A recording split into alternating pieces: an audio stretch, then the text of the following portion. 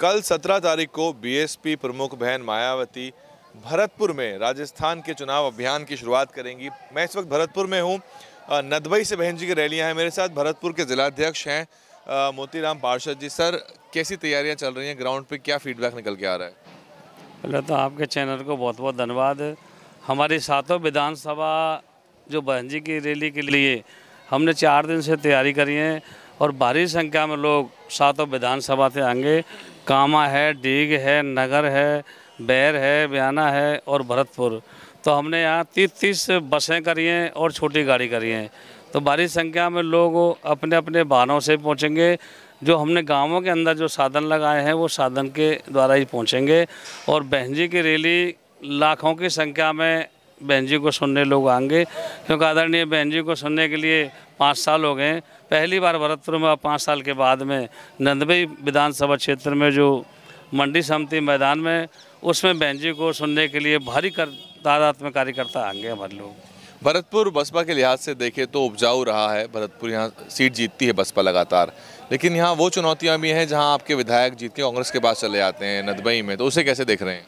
नहीं, ये तो आदरणीय बहन कुमारी मायावती जी ने आपके दिशा निर्देश दिए हैं कि पहले जो हमारे विधायक भग जाते धोखा देकर, अब विधायक नहीं भगेंगे। अब विधायक जीतने के बाद सरकार, चाहे पहली बार तो सरकार हम बनाएंगे। यदि हमारी सरकार नहीं बनी तो हमारे बगैर किसी की सरकार नहीं बनेगी, चाहे भाजपा हो चाहे कांग्रेस हो। यदि हमारे विधायकों को ऐसा लगेगा तो हम लोग सरकार में शामिल होकर, और जो हमारे जितने विधायक जीतेंगे उनको सबको मंत्री पद दिलाने का काम करेंगे, जिससे हमारे जो कार्यकर्ता हैं जो इधर उधर भटकते हैं उन कार्यकर्ताओं को भटकना नहीं पड़ेगा। और ये जनता जो गुमराह करती है ना, ये कांग्रेस के लोग कि हम तो खरीद लेते हैं, अब के खरीदने का नहीं, वो खुद ही इस लाइन में नहीं रहेंगे। कांग्रेस खत्म हो जाएगी अब के चुनाव में। जो गहलोत जी ने जो जनता को जो वादे किए थे वो वादे, एक भी वादा पूरा नहीं किया। कौन कौन सी सीट है सर जहां आपके मजबूत प्रत्याशी हैं? 2-4 नाम बताइए, कौन सी सीट पे मजबूत फाइट है आप? सबसे पहले मैं भरतपुर जो सीट है, इसमें गिरीश चौधरी जो चुनाव लड़ रहे हैं, डिप्टी मेयर हैं, उप डिप्टी मेयर हैं इस टाइम पे। क्या है कि जहाँ जाट समाज की संख्या बहुत भारी संख्या में है और यहाँ 70-80 जाट समाज की संख्या 1000 के करीब है। जाटव समाज की है 50 करीब यहाँ।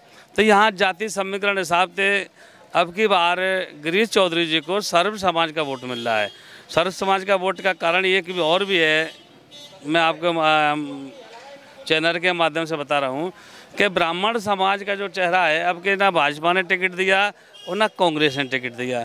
तो भाजपा जो ब्राह्मण समाज है, वो ब्राह्मण समाज एकदम गुस्सा में है कि ये राष्ट्रीय पार्टी होते हुए भी इन लोगों ने हमको टिकट नहीं दिया।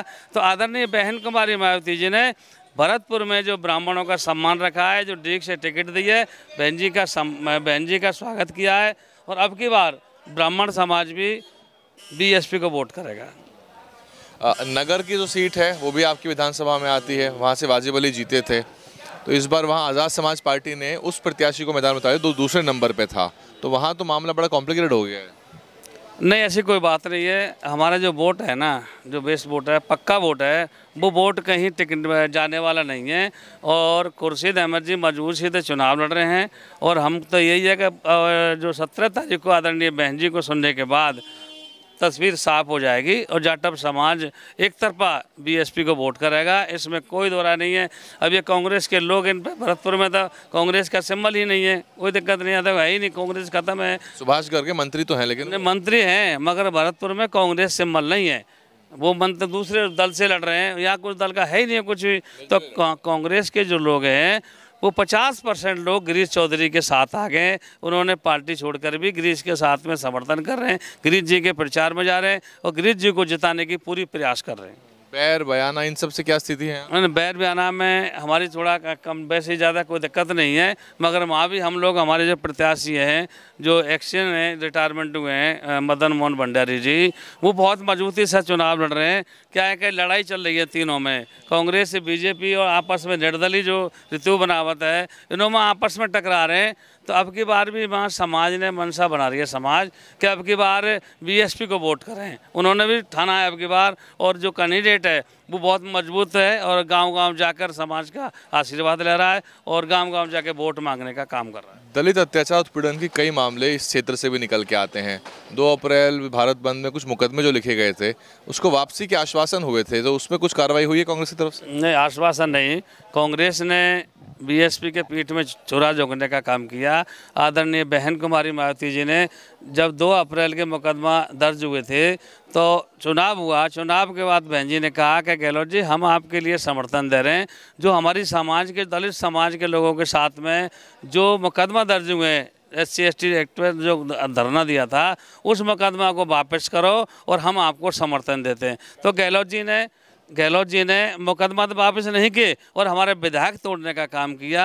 और न ही अभी SC/ST की जो आवाज़ है, आज तक कांग्रेस के किसी विधायक ने दलितों की आवाज़ नहीं उठाई। सिर्फ सीट बचाने के चक्कर में अपने अपने विधानसभा क्षेत्र में लगे रही हैं। विधानसभा में कोई दलित आवाज़, या चाहे करौली का मामला हो, चाहे जालौर का मामला हो, चाहे पाली का मामला हो, सारे के सारे डंगाबाज का मामला हो, कोई आवाज़ नहीं उठाई आज तक कांग्रेस के विधायकों ने। चंद्रशेखर को कितना चुनौती मानते हैं? कुछ प्रत्याशी तो लेके वो लड़ा रहे हैं अपना चुनाव। नहीं, यहाँ चंद्रशेखर खत्म है। यहाँ चंद्रशेखर कोई झंडा वंडा कुछ नहीं दिखेगा।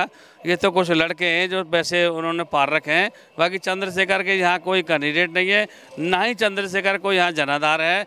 वो तो खाली भीम आर्मी के नाम से लोगों को बलगराते हैं, आपस में भाईचारा खराब करते हैं, आपस में लड़ाई कराते हैं। बाकी राजनीति में चंद्रशेखर का एक भी वोट भरतपुर में से नहीं पड़ेगा। उन्होंने जो नैम सिंह फौजदार को दिया है, नगर विधानसभा क्षेत्र में जो भीम आर्मी का अध्यक्ष है आज़ाद समाज पार्टी का, उन्होंने खुर्शीद अहमद को समर्थन दिया है और अपने पार्टी छोड़कर बहुजन समाज पार्टी में खड़े हुए हैं। तो कितनी सीट देख रहे हैं आप 7 में से, जब 3 तारीख को यहाँ का रिजल्ट खुलेगा?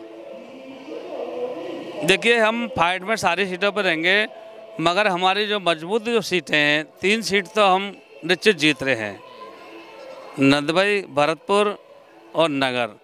और हमारी फाइट में डिक कुमेर की सीट भी हमारी फाइट में ही है। बाकी चुनाव तो हम मजबूती के साथ लड़ रहे हैं। बहुत बहुत शुक्रिया। ये थे जिला अध्यक्ष भरतपुर के बीएसपी के। कल बहन मायावती यहाँ पे दूसरी चुनावी सभा संबोधित करेंगी। पहली सभा जो है वो धौलपुर में होगी और उसके बाद भरतपुर में दूसरी सभा होगी और लगातार राजस्थान में सिलसिला शुरू होगा। आपको बता दूं कि राजस्थान में बसपा कभी 6, कभी 3, तो फिर दोबारा 6 विधायक जिताती रही है और बसपा यहाँ हमेशा कभी भी खाली हाथ नहीं लौटी, विधायक हमेशा जिताए हैं। लंबा इतिहास है बसपा का। हाँ, वो बात अलग है कि बसपा के विधायक कांग्रेस पार्टी तोड़ लिया करती है, लेकिन इस बार उसको चुनौती देने के लिए बसपा नई रणनीति के साथ मैदान में है। बने रहिए, अपडेट आपके लाते रहिए। DNN हिंदी को सब्सक्राइब करने के लिए दबाएं लाल रंग का सब्सक्राइब बटन और घंटी का बटन दबाकर ऑल नोटिफिकेशन पर क्लिक करें। चैनल को जिंदा रखने के लिए नीले रंग का ज्वाइन बटन दबाकर चैनल को आर्थिक सहयोग करें।